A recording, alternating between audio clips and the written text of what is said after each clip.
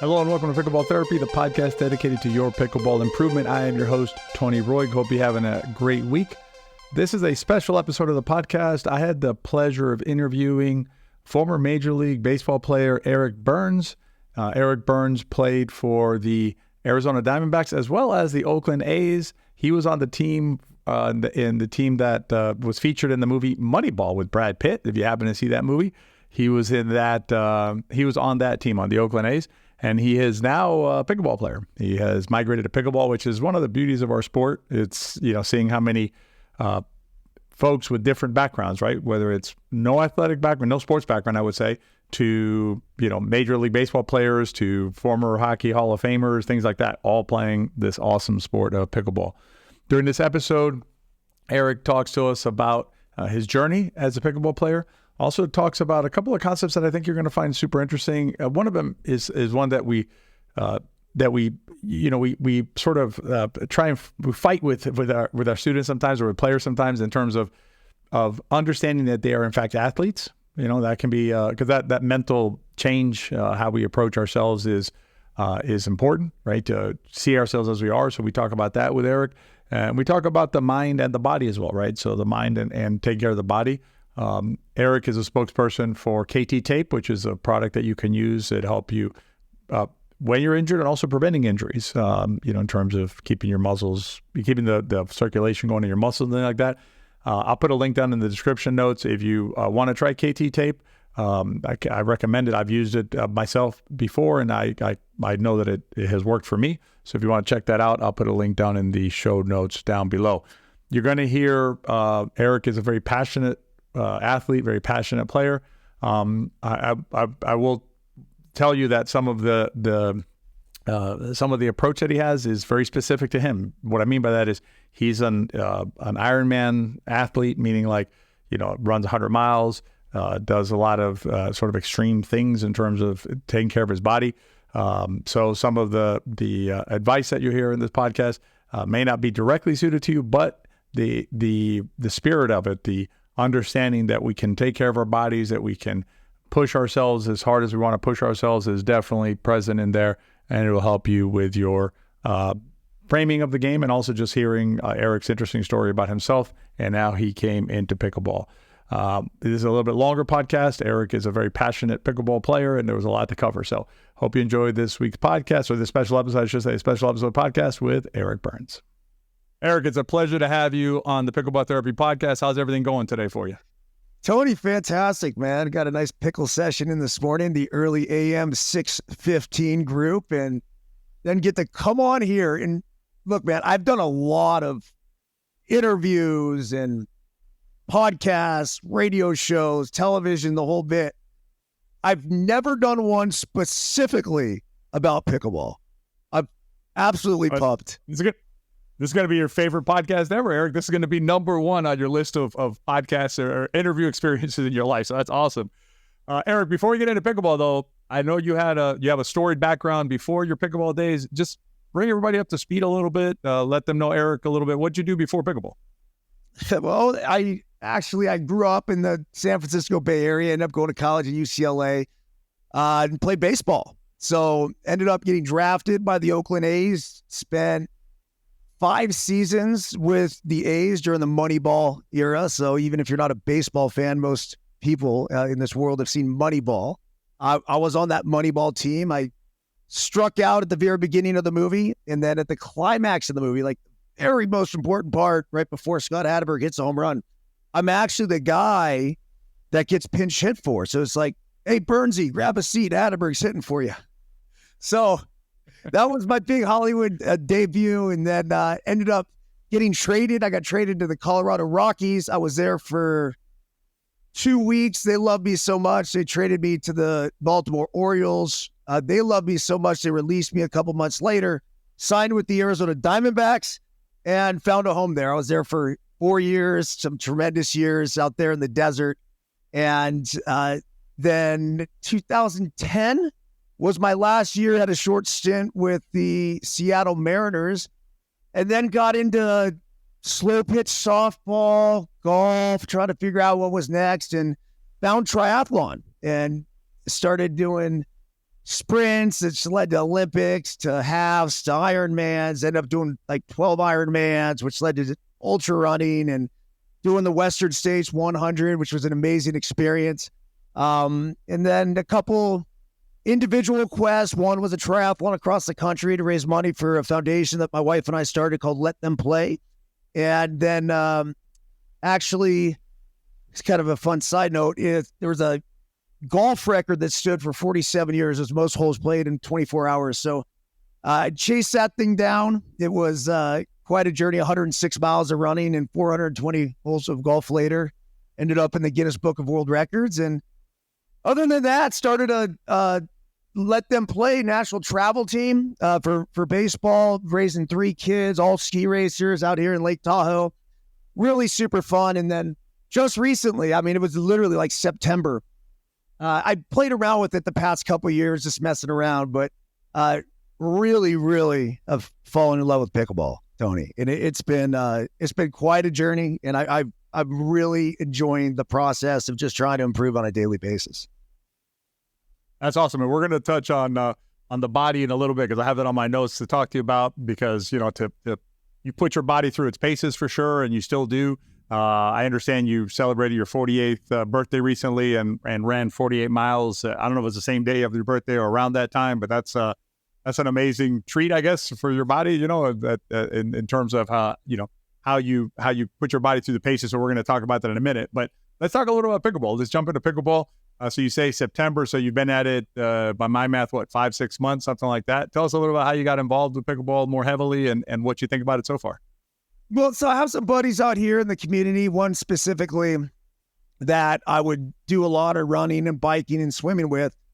And he was always trying to get me to play. And I went out there a couple times and this is okay. I played tennis as a kid, and it was actually my thing. I got to the point where I had to choose between tennis and baseball because they were the same season. And ironically, the 5 guys that I used to compete against in tennis all ended up playing professionally. So it was real cool to watch them and follow their careers.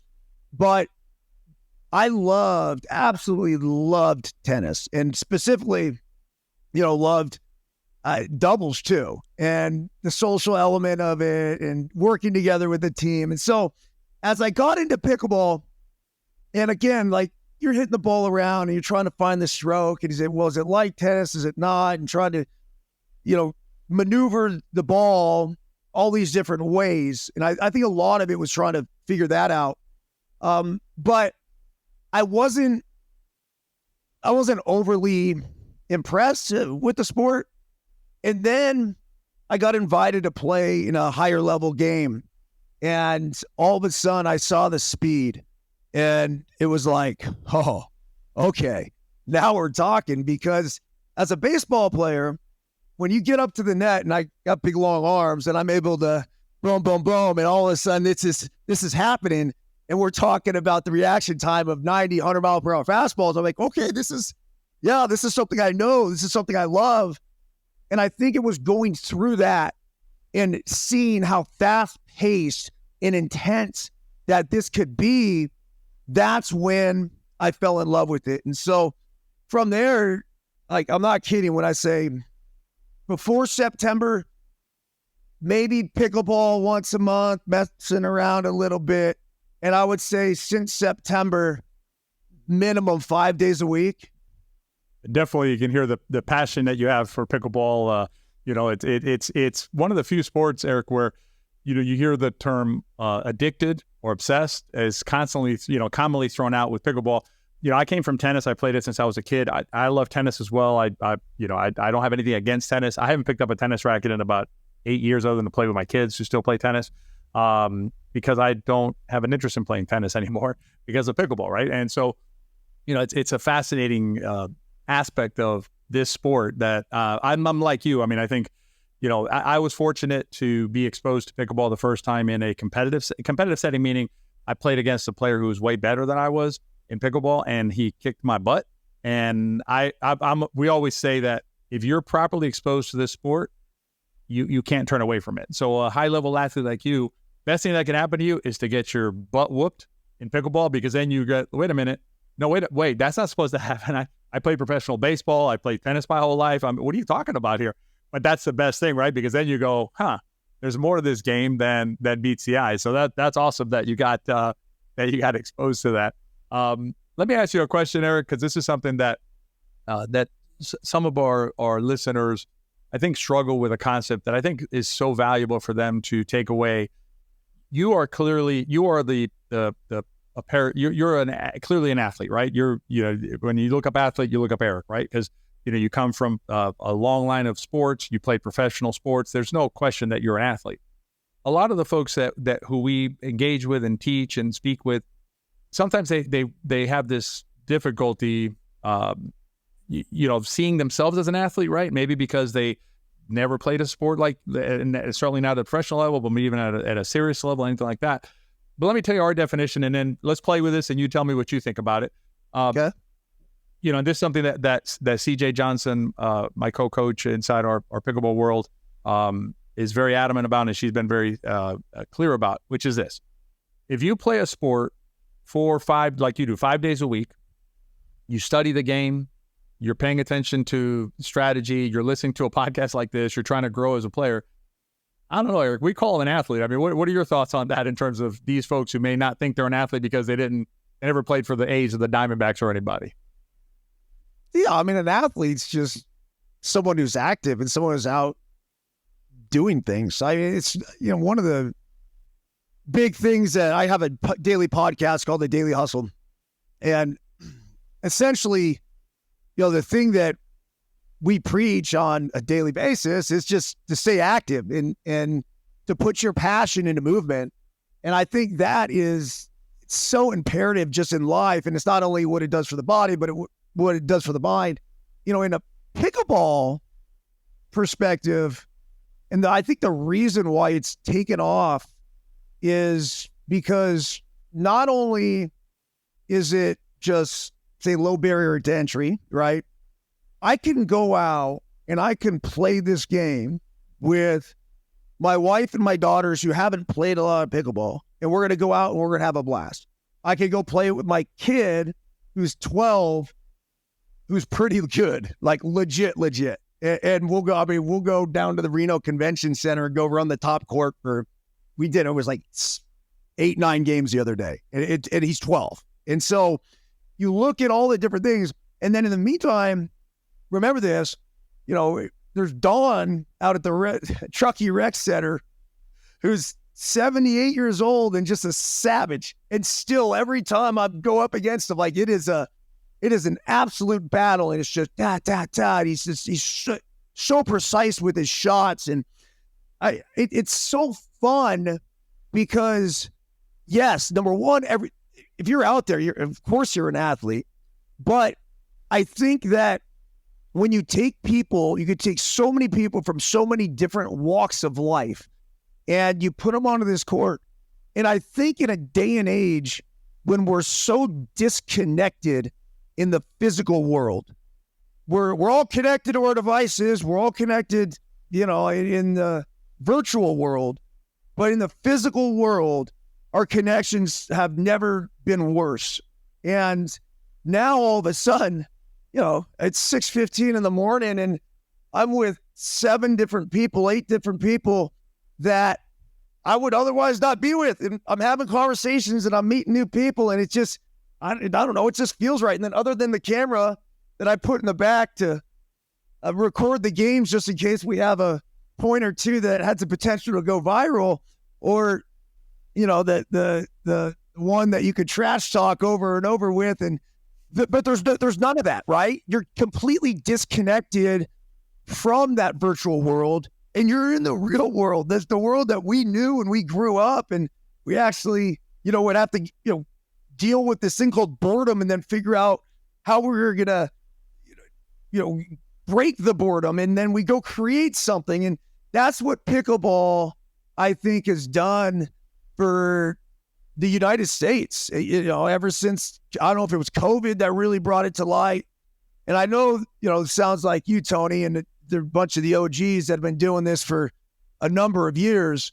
but I'm just grateful that I was able to find it and understand, and really grateful for all the people that I've met who have helped me out along the way. And I mean, the list goes on and on and on of people who have, kind of opened their arms, the whole pickleball community, and said, "Hey, look, like, let me teach you this. Let me teach you this. And then let me get you into this game, and let me get you into this game." And that's basically how I've learned. And it's been a real cool experience. That's awesome. Yeah. And it's interesting you say about the OG, because the other day I was playing with some folks, and I'll tell you in a second who they were, because it's an interesting melting pot concept too, that pickleball is. But so we're out there playing, and one of the folks who's a really good friend of mine, we've been playing for a long time together. One of the other players is newer to me. We haven't played that much together. So my friend looks at me and goes like, and he's one of the OGs. He's one of the OGs in this area. And that is true. I am one of the OGs now, but there's other guys like Larry, Dave, other guys who are the OGs to me, right? In other words, I refer to those guys as my OGs, because those are the guys that I came up under, right? And the ones that taught me. And now it's like me and my friend Tom, who we came up together in our area. For instance, now we're the OGs, right? Because we're the ones that keep bringing it forward. But the other thing that's interesting is what you mentioned, right? This idea that it allows us to connect in the real world. I like the way you're framing that. What I've been playing around with is this, and I think you'll relate to this as well, because it's a similar concept. I think that if you look at us like historically, right, how we evolved as humans, we used to be hunter-gatherers, right? So we had, and it was just, generally speaking, males would go out and hunt, and the women would gather and tend to things, right? But there was this connection, right, where you would have social connection, and you did things as a community, right, together. And we don't do it anymore, right? There's no common purpose, right, where we all get together to, build a house as a community or whatever. And so I think pickleball is really, it touches that nerve, right? It fulfills that need for us in terms of just how we're wired, our need to interact, and we have a common purpose. We're out there, we're batting a pack, little ball around, but it's more than that, right? It's a connection that we feel when we do that as a community. So I think that's. But I love what you said about the real world. But let's go back to the melting pot for a second. What's interesting is, like, here in Tampa, I've gotten to play with, Gigi Fernandez. I've gotten to play with Dominic Keffer, who's number 50 in the world in tennis. Freddie Modine is the guy that I was telling you about, the hockey player. He's playing now, and so you had all these folks from different walks of life who probably would never have crossed paths, right? Except for pickleball. That's what brings this beautiful group together. So let's talk about the body and mind as it applies to pickleball, because I think players sometimes just overlook that part of the sport. And let's start with the mind. I mean, let's talk a little bit about the mental, how you think about it mentally, the inner game of tennis. We talked about it before we started. Talk to us a little bit about that. Yeah, Tony. So when I was 12 years old, as I told you, I was really super into tennis, and I was into baseball as well, and karate and whatever. But I had a real difficult time channeling my emotions. I was an emotional kid, and I would often let them get in the way of my success. I was hard on myself, and my parents handed me the book, The Inner Game of Tennis, and they said, "You're not going to play another sport until you read this." And so it actually, cover to cover, is probably the first book I ever read in my life, and it changed my life. And I think from there, I stopped with the judgments when things didn't go right. And instead of over analyzing, I would basically try to go back to just feeling what was it that I had done in the past that allowed me to have success. And so from there, I went on and had this baseball career, and I now look back upon it, and there were some really good books that helped me with baseball as well. The Mental Game of Baseball by Harvey Dorfman and Carl Keel, who ended up being a big mentor of mine. Heads Up Baseball, Ken Revisa. That was another real good book that I delved into. Well, I went back, obviously, because of the whole pickleball thing. And I'm like, you know what? I'm going to listen to the Inner Game of Tennis.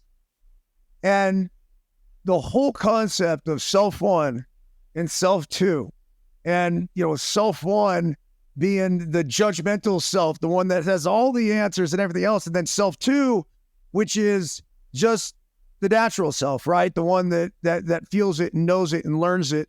And yet, here we are, we want so much control, and then we let self one take over. And then as soon as self one gets involved, he screws everything up. So I think it is so pertinent in pickleball right now, because as I learn and develop my game, I think that I, like anybody else, is at their best when self one is completely out of the way and I'm just able to play my game free and fearlessly.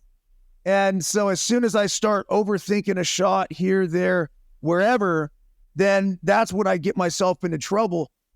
I think that my advantage on a pickleball court is that I'm an athlete. And so I think in anything in life, our goal should be to put ourselves in a position to succeed. So I constantly am asking myself, all right, what is it that I can do to put myself in that position to succeed? And then if you think about pickleball too, like some of the greatest points I know that I've ever had, and most people have ever had, are points that were just reacting. There's no thought process that happens. So I know if I can get to the net and all of a sudden this turns into a firefight, like it's on. That's exactly where I want to be, because I'm just reacting. There's nothing else but reaction and trusting self two.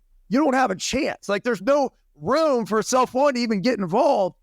And so I've used that as a way in, strategically, not to mention, so the developing the shots, right, from both sides and both hands. For the longest time, I would not force it. And there's no need. I'm like, if my left hand comes into play, it comes into play, but I'm not going to force a left hand. And I think that same concept has really helped, because all of a sudden I've now just recently, within the past couple of weeks, have found myself hitting balls with my left hand and not even thinking about it. And I'm like, okay, that's it. That's because if you're trying to force stuff, it doesn't make any sense. And I love my backhand. I actually like it a lot. At the net, I like my backhand. I like my backhand slice on returning serves. I don't have a backhand drive.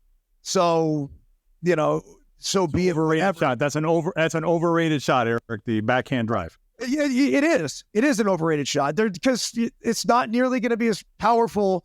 The control with it is difficult.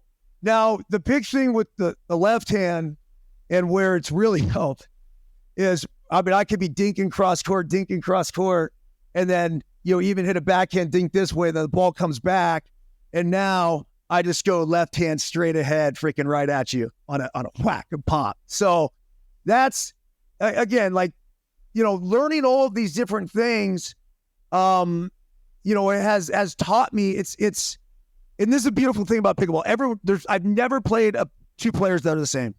Everyone has their own style.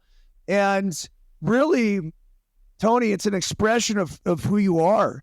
And so I think that I've gone through a couple different phases where I just have to step back and be like, look, man, I like to think of myself like I'm aggressive. It's who I am. It's what I do. And so whether, I went through like a real soft thinking phase, but I've started, I'm not saying not to dink. I mean, obviously so much of the game is played at the net, but a soft lobby dinking game is not me. I'm like, if I'll go dink with the best, but I'm now going to be hitting aggressive dinks, hard cross court at your feet, back to the middle, working both sides. If I fail, I'm going to fail that way. And if I bang into the net or if I leave it up, hey, that's on me. But I'm at least going to fail doing it my way. And, it's even with the drops, like it's not like there's not drops. They're not, I don't think it's a lot of people want to, and at first I was really trying to get a little touch in there and be so soft. It's like, no, like whack, like feel it, right? Like just feel it and let that thing drop in there. And so I think that's been huge. So yeah, bottom line is you got to trust yourself, trust your training. I said, my kids are racing right now. And I left a note from this morning. It says, clear eyes, full heart, can't lose, trust your training.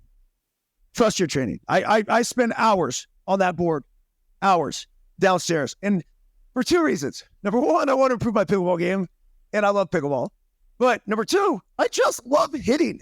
I love just in messing around and, between the leg shots and everything else. Like, I really have fun with it. So it's enjoyable. What I love, Eric, is, you're talking about it's like your identity as a player. And I agree with you because I've gone through different variations. I also tend to be a more aggressive player. That's my style of play. I'll go down swinging when I play. But I've gone through phases where I've tried to play softer, but then I get sometimes over soft. But, finding that balance that works for you. But I think sticking to your identity as a player is really, really important. Eric, let's talk a little bit about before we do, I wanted to switch to the body, but I had a note that I understand that you have a book. So you've taken your mental process, your mental journey, and you've actually put and you reminded me when you said playing, I think it's free and fearless is the term you used, you coined. And so tell us a little bit about the book you wrote and kind of the general principle that guides that book. Yeah, Tony. So basically the name of the book's called Let Them Play. It's right here. I heard it's it. Real. It's a parenting and coaching guide to esports. It's actually a playing parenting and coaching guide to esports. And so the book was written because there was 4 guys, good buddies of mine, that we all played the big leagues, and none of us had coached our kids. And a few years ago, it just got to the point where we all got together and we're having this conversation, and we've seen the same thing over and over and over again. And it was over-coaching the kids at such a young age. And I don't know the reason behind it. Maybe because the coach just wants to put their footprint on the kid. They want to feel like they're relevant. Here's 4 guys that did it at the highest level, and we're looking at this going, like, no. Like, the more, sometimes we're just giving too much information. So we built a team, we created a team, and we called the team Let Them Play. And the concept and idea was exactly what you said, to have the kids go out there, play free, play fearless, and then fight for the inches, fight for the details. I mean, it's, a great analogy of pickleball too, but like everything matters. Where you stand on the court matters. Positioning matters. Where you're breaking it down when the ball's coming back, on the other side of the net. Like, all of this matters. So that was our real big focus. And then I've noticed through coaching this team, which is now developed into an organization, a top national travel ball organization, is that we get the absolute best out of the kids when we let them play. When we give them simple cues, see the ball out of hand, A to B. It's a concept in baseball where this is the A position, launch, ready to go. B position's right here. It's barrel the ball. A, B. And so we've simplified it. And, within this is basically just an approach to have from, not only a psychological perspective, but we also have 22 codes of conduct for the players, for the coaches, for the parents. And, when you read something like this, and it was the process of putting this thing together, it's just a handbook. It's a handbook for all of us to be able to follow. And again, this goes back to doing everything we could do to help and to be, somebody who is going to be a supporter of the journey as opposed to a hindrance. And too often in youth sports, and whether it's tennis, pickleball, you got, baseball, obviously I've seen this on a firsthand basis. By us overcoaching, we inhibit it. And so I think, even when you're giving your partner advice, look, there will be days for you guys to work on the specific techniques of certain things. And, but when we're in the battle of competition, we want to keep it as simple as possible. And, it's been fun. It's been fun watching these boys grow, because it's constantly some sort of like psychological / science experiment, whatever you want to call it. But all of it is with the idea of maximizing their potential at the moment. And, the potential is the only day we have is today, right? And so how can we be our best today with what we're dealing with? Yeah, and I love the concept of that concept, as well as, less is more is often the answer, right? It's like this, like, simplicity is usually going to be the answer, and avoiding overburdening ourselves with too many instructions is impossible to get through them.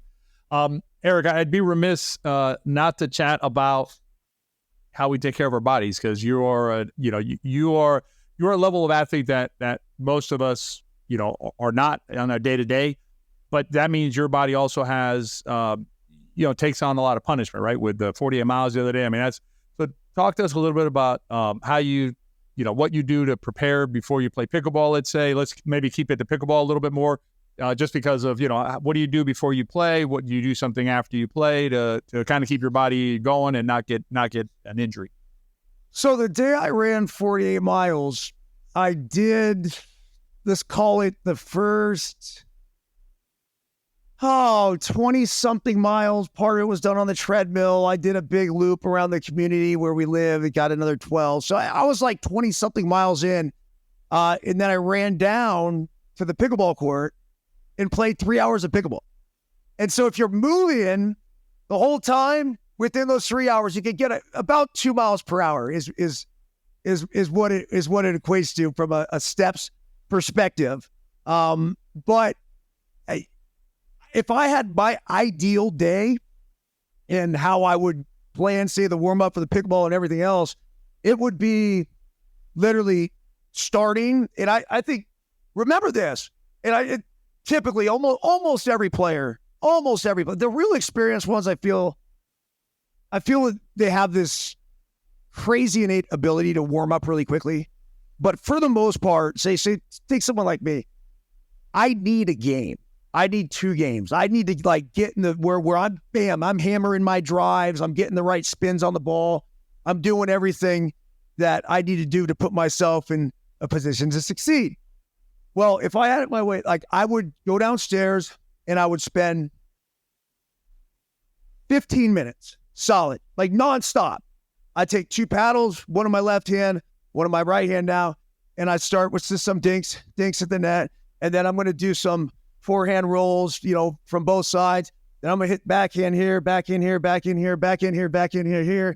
Now I'm going to back it up. Then I'm going to work it back in and then speed it up at the end.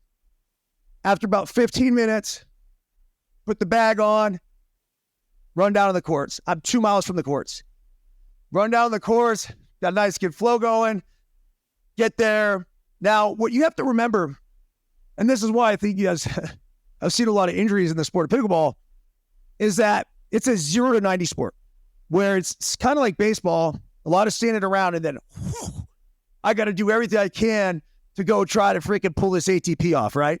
And so all of a sudden, that's why you've dealt with whatever injuries that people have dealt with. I think one of the things that all pickleball players should do that would really help at least train the body for these moments, box jumps. Grab a box. It doesn't have to be high, but just it gets the explosiveness, number one, because I think explosiveness is really big in pickleball. And then just make sure the blood's flowing. That's it. Make sure you motion is lotion every single day.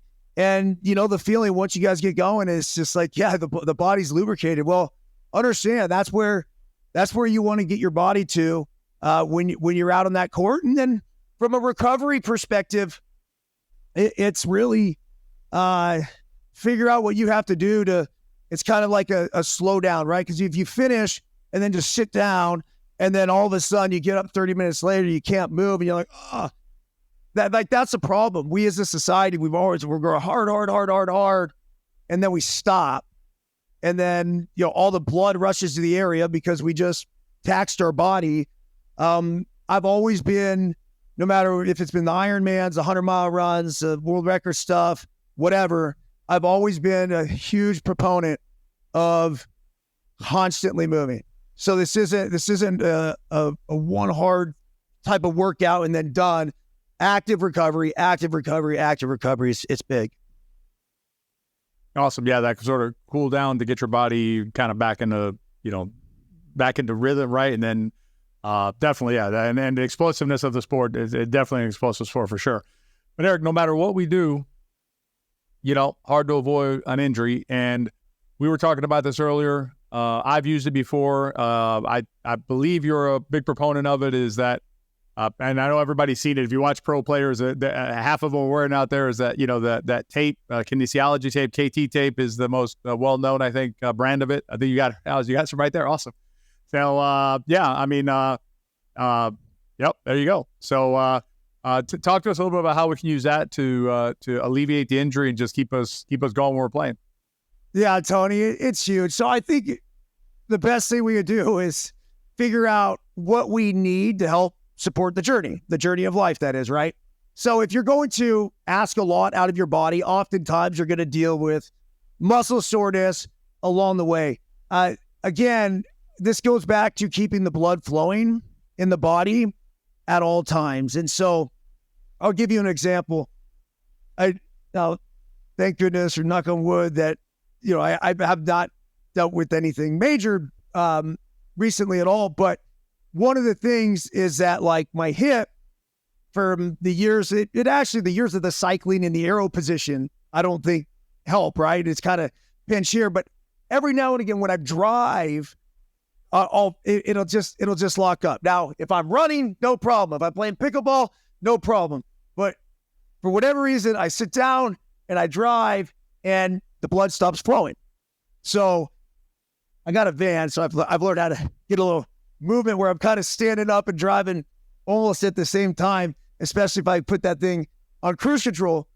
But just even the other day, I took a piece of the KT tape and I put it on my hip before I had a long drive down to the Bay Area. And for the first time in the longest time, nothing. Absolutely. It was almost like I was waiting for it. I'm like, this is crazy. So what the tape does is it lifts the skin. It then promotes blood flow to the area, decreases inflammation, and alleviates pain. The science of this it's simple. And I never really understood what it was. To be totally honest, I'd never used it until I became a spokesman for them. And we went through this process where it's like, look, send me out some tape. Let me try it. Let me see if I like it. And if it's a fit, it's a fit. And I'll definitely, it's sing to the heavens and back about how great KT tape is. But even more than that, my daughter is gnarly, both of them are gnarly ski racers. And they deal with, they're growing. One's 13, one's 15. My son's 12. Well, they deal with these nagging injuries all the time. And my daughter, who's racing right now, has it on her back. And she loves it. She says two things. It feels like the support, and then also she feels like it helps keep the back warm as it's continuing to promote blood flow to the area. That's awesome. Yeah, and CJ and I have both used KT tape before and have had success with it. So yeah, that's definitely something to keep you in the journey, because I think, echoing what you say, I mean, if we can keep our bodies in motion, there's another really good book that I've read recently called Move Your DNA. I don't know if you've read it yet or not, but if not, I'll send you the link to it, because I think you're going to enjoy it. It's right along the lines of what you're thinking about, body motion and the mind and all working together and just keeping those. She actually goes to the genetic level with movement, so it's really good. So, Eric, it was a pleasure having you on the podcast. Really appreciate hearing your thoughts on the body and the mind and your pickleball journey and your journey before pickleball. Love it that you are now fully invested in pickleball and are obsessed and addicted to our sport. And I look forward to hopefully one day being able to play with and or against you and see that ambidextrous style, because that's going to be awesome to check out. So Eric, really appreciate you joining us. Tony, thanks, man. It's been an awesome journey thus far, and just looking forward to continuing to improve the game, and not only that, just like continue to spread the love of the game. It's so cool to see all these different athletes from all these different sports getting into this, and I think you guys are doing great things with the pod and spreading the love of the pickleball. And yeah, it's a pretty cool thing.